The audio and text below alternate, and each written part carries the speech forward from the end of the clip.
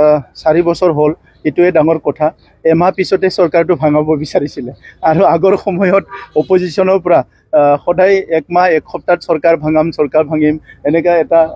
কিবা কৰি আছিলে কিন্তু আমাৰ ফোকাসটো আছিলে যে বিটিসি অঞ্চলত শান্তিটো কেনেকৈ ঘূৰি আনিব পৰা যায় নিৰাপত্তাটো কেনেকৈ এনশিওৰ কৰিব পৰা যায় আৰু যিখিনি বেসিক ফাউন্ডেশন এইখিনি আমি সৰকাৰ গঠন কৰাৰ লগে লগে যেটো কৈছিলো আমি peace smart and green BTC এটো আমি বেসিক ফাউন্ডেশনটো কৰিব পাৰিছো বুলি মই বিশ্বাস কৰিছো কাৰণ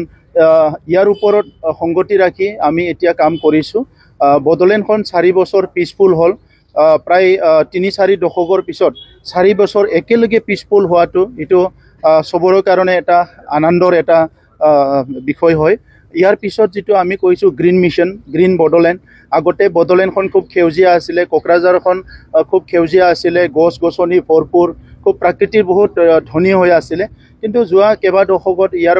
বন বিলাক ধ্বংস কৰা হল বিভিন্ন কাৰণত ওয়াইল্ড লাইফ বিলাক ধ্বংস কৰা হল এটো ৰিগেইন কৰাৰ কাৰণে আমি বহুতখিনি কাম কৰিলো আৰু 4টা বছৰত দুটাকৈ নতুনকৈ ন্যাশনাল পাৰ্ক আমাৰ ৰায়মনা আৰু সিকনাজাৰ আমি ডিক্লেয়াৰ কৰিব পাৰিছো আৰু তাত গুটি কমেও আমাৰ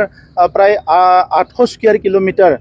যিখিনি ফৰেষ্ট এৰিয়া হিটো আমি কনজাৰভেশনত আকৌ আনিব পাৰিছো সো গ্ৰীণ বডলেণ্ডৰ পিনে আমি বহুতখিনি আগবাঢ়ি গৈছো স্মাৰ্ট বিটিআৰৰ ক্ষেত্ৰত আমি 10খন কাউন্সিলৰ ভিতৰত আমিয়ে প্ৰথম কাউন্সিল যত অফিস আমি আৰম্ভ কৰিছো আৰু ইয়াৰ লগতে আজি ভূমি গুটে ল্যান্ড ডকুমেন্ট ডিজিটাইজ কৰা হল ল্যান্ড যিবিলাক ভূমিৰ কাম বিলাক আমি এতিয়া অনলাইন যোগেদি কৰিবলৈ পাৰিছো ইয়াৰ লগতে আমি আৰু বাকিখিনি যিবিলাক গ্ৰিভেন্সেস আছে সেইবিলাকো অনলাইনেদি এতিয়া কৰা আৰম্ভ কৰিছো আমাৰ যেটো ট্যাক্স ৰেভিনিউ কালেকশন এইবিলাক অনলাইনেদি কৰিছো গতিকে 2খন কাউন্সিলৰ ভিতৰত আমিয়ে প্ৰথম কাউন্সিল যোনে নেকি স্মাৰ্ট অফিসৰ কাৰণে অফিসৰ কাৰণে কাম কৰিব পাৰিছো আৰু গুড গভৰ্নেন্সৰ কথাটো আমাৰ এটা প্ৰিন্সিপল হিচাপে লৈ কাম কৰিছিলো এতিয়া ভাইব্ৰেন্ট বিটিআৰ মিশনৰ আন্ডাৰত আমাৰ ভিসিডিসি লেভেলৰ পৰা কাউন্সিল লেভেললৈকে আমি প্ৰত্যেক মাহত ৰিভিউ মিটিং কৰা